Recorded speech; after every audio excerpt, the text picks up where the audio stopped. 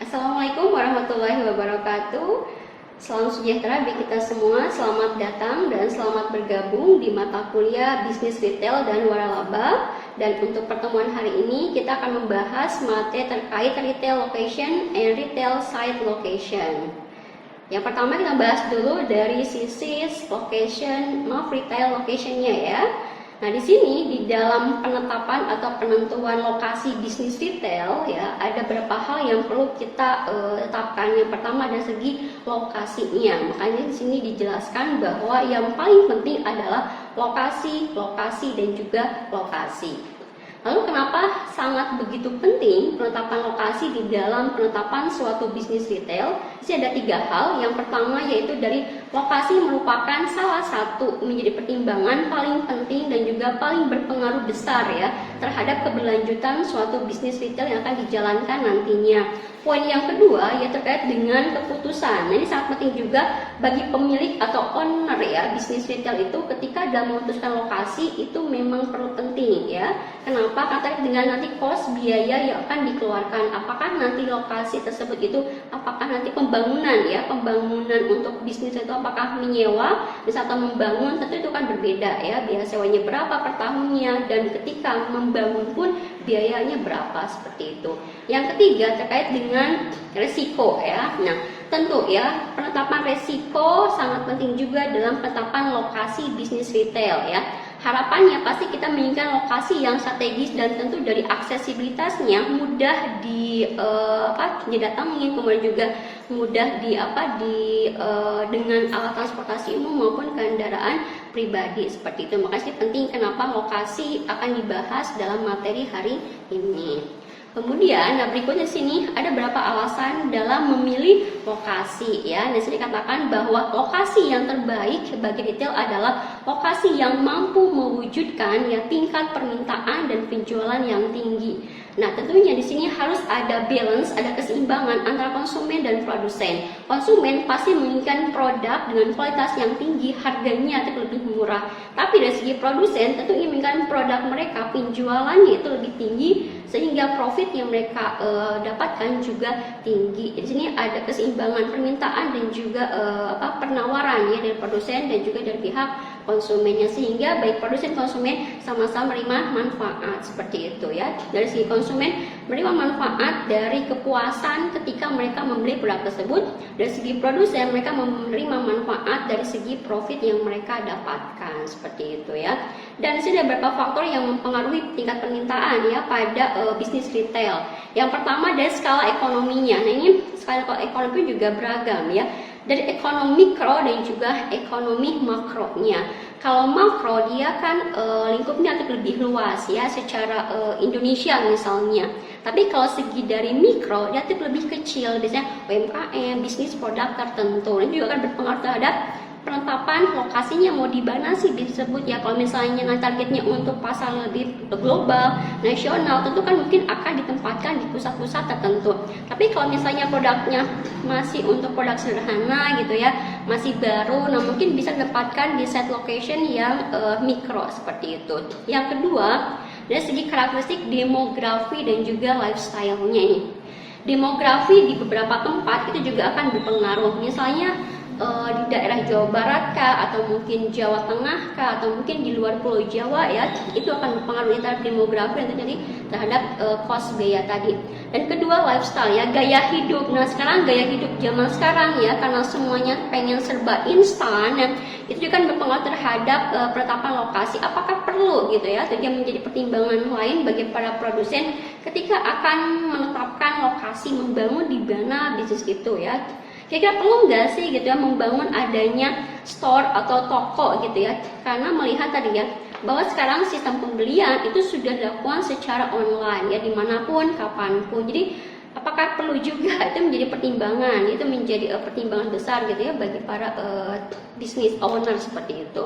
Yang ketiga, iklim bisnisnya ya. Lihat dulu nih tren pasarnya, tren tenaga kerjanya, tren minat yang sekarang yang banyak diminati ya oleh para konsumen itu apa sih produknya? Apakah produk makanan, produk minuman, atau mungkin dari pakaian? Itu kan memiliki tren ciri khas masing-masing. Misalnya makanan sekarang kan beragam ya, dessert pun juga beragam, minuman pun juga sekarang beragam ya, ada instan, kopi segala macam ya, dengan topping-topping yang menarik dan memang bervariasi. Itu kan juga berusaha ya untuk memenuhi apa yang diinginkan oleh konsumennya, seperti itu. Jadi kita kan owner pasti akan mengikuti tren, karena kalau tidak mengikuti tren konsumen, tidak mengikuti minat konsumen, itu tidak akan terjual ya, tidak akan dibeli gitu ya oleh konsumen. Jadi sebagus apapun itu produk yang dijual oleh konsumen, yang dijual oleh produsen ya, tapi kalau tidak sesuai dengan apa yang diinginkan, apa yang dibutuhkan oleh konsumen, itu juga tidak akan terjual. Makanya penting sekali ya kaitan tren seperti itu. Kemudian berikutnya ada terkait dengan persaingan ya, kompetitor. Karena sekarang sudah mulai marketnya bebas, global ya, sekarang kapanpun siapapun itu sudah bisa masuk ke market, ke pasar tertentu seperti itu ya. Misal tadi kan market untuk produk minuman misalnya kan, mungkin dulu kita kenal mungkin minuman kopi itu yang paling terkenal mungkin jadi Jiwa. Sekarang kan sudah banyak sekali ya market kopi instan gitu ya, kafe-kafe kopi shop seperti itu. Untuk makanan dessert pun juga tadi ya saya katakan, apakah mungkin sekarang mungkin kalau dulu bolu-bolu lapis-lapis tertentu, sekarang kan bolu lapis pun, lapis Surabaya, misal lapis singkong, sekarang udah ada tambahi gitu ya, topping-topping tertentu. Jadi beragam produk, variasi produknya. Kenapa? Karena itu tuntutan yang diinginkan, yang dibutuhkan oleh konsumen, sehingga produsen pun mau tidak mau pasti akan memenuhi apa yang diinginkan, apa yang dibutuhkan oleh konsumennya, seperti itu. Kemudian yang kelima, rentang kendali manajerial. Ini penting ya, karena kokohnya ya stabilitas suatu bisnis itu juga dipengaruhi oleh bagaimana si owner memanage, mengelola ya bisnisnya. Itu menjadi penting ya. Maka kenapa dalam setiap bisnis itu pasti memiliki SOP tertentu yang harus diikuti, yang menjadi komitmen dan juga harus konsisten diikuti oleh semuanya ya. Artinya tidak hanya pemilik owner bisnis, tapi juga oleh semua tenaga kerjanya ya, untuk di semua divisi. Yang terakhir dilihat dari isu lokasi secara global ya. Nah, tadi dikatakan bahwa pasar kita sudah bebas ya, siapapun kapanpun sudah bisa masuk ke market produk tertentu. Nah, itu juga akan berpengaruh terhadap tadi produk kita yang dulunya mungkin targetnya mungkin hanya untuk kawasan lingkup mikro saja, mungkin dijualnya di Bogor saja, di Jawa Barat saja, tapi sekarang sudah mulai ada target, ada inisiatif misalnya untuk produknya diekspor seperti itu ya. Itu terkait dengan globalisasi ya. Jadi perubahan target tidak hanya untuk di nasional, tapi juga sudah ke internasional. Nah, berikut ada tiga tipe ya lokasi dasar yang dapat dipilih oleh para retail ya, pebisnis retail. Yang pertama adalah freestanding location, yang kedua ada city or town location atau urban area, yang terakhir ada shopping center. Dan kita akan bahas satu persatu tadi ya dari tiga tipe lokasi ini. Yang pertama ini ada lokasi freestanding ya. Di sini dikatakan bahwa freestanding merupakan lokasi yang tidak direncanakan ya. Di sini bersifat individual dan juga terisolasi ya.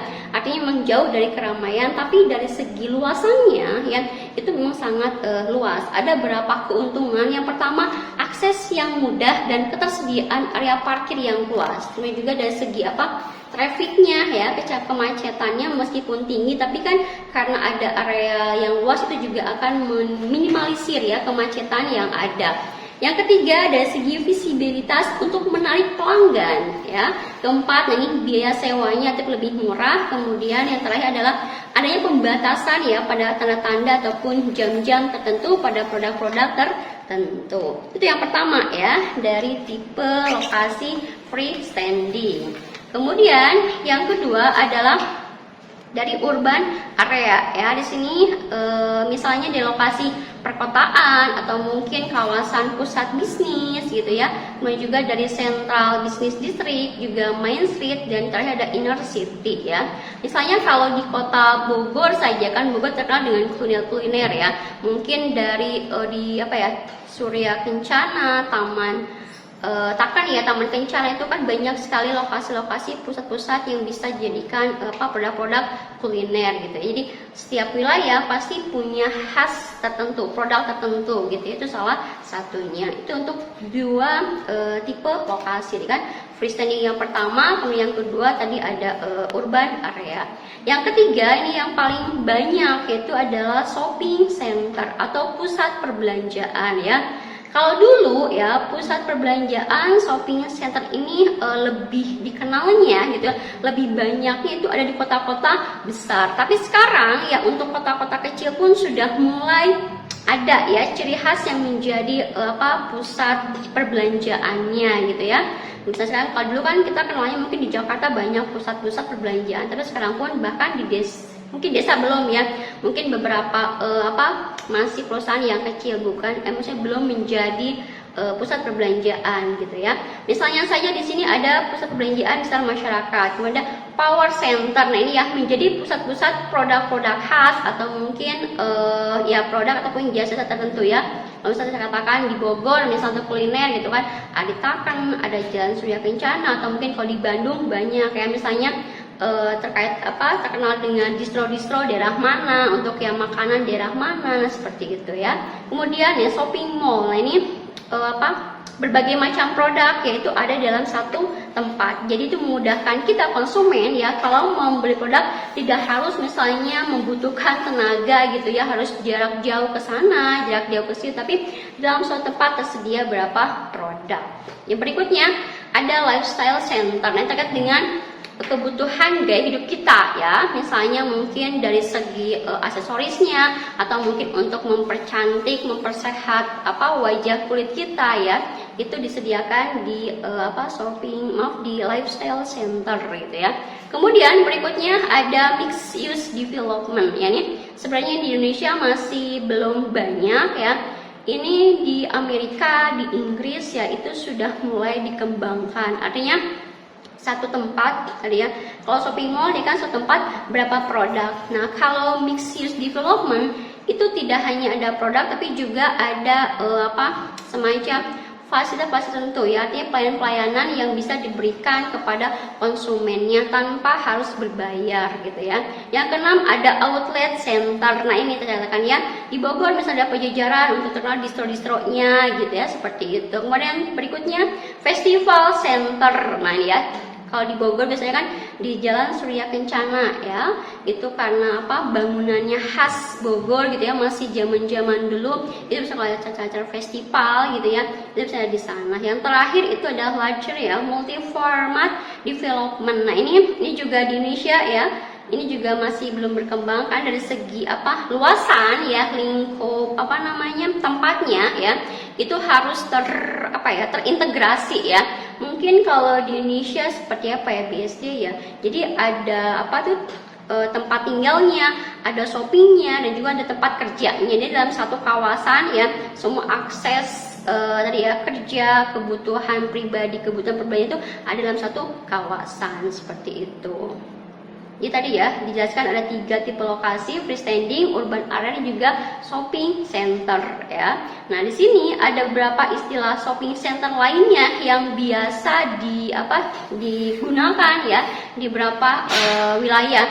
Yang pertama adalah street shopping center, yang kedua ada malls ya, yang ketiga di sini ya ada contohnya, ada 3 ya, ada lifestyle center, ada tadi mixed D, dan juga omni center ya. Nah kalau lifestyle center ini mungkin dia sudah dikembangkan, tapi untuk mixed D dan juga omni center ya, ini belum banyak dikembangkan di Indonesia. Ini berapa jenis lokasi retail, tapi ini untuk yang di luar negeri ya. Tapi yang jelas untuk Indonesia itu harus dilihat dulu ya, area luasannya, kemudian juga lihat dari misalnya jarak dan juga jenis produknya, apakah berupa produk barang ataupun jasa ya. Nah, di sini selain tadi 3 lokasi, ada beberapa lokasi lainnya yang yang bisa dijadikan lokasi untuk bisnis retail. Itu airport ya. Sekarang kan tidak hanya di airport ya, di kereta api, stasiun pun ya, itu sudah banyak sekali pusat-pusat perbelanjaan gitu ya. Ada resort, rumah sakit, toko dalam toko, dan juga area serbaguna ya. Di sini ada beberapa faktor yang sangat berpengaruh dalam penentuan lokasi gitu ya. Yang pertama adalah aksesibilitasnya, yang kedua dari keuntungan lokasi. Jadi poin ini yang harus diperhatikan, dipertimbangkan dengan baik oleh para pebisnis retail yang akan membangun menetapkan di mana sih lokasi bisnis yang tepat.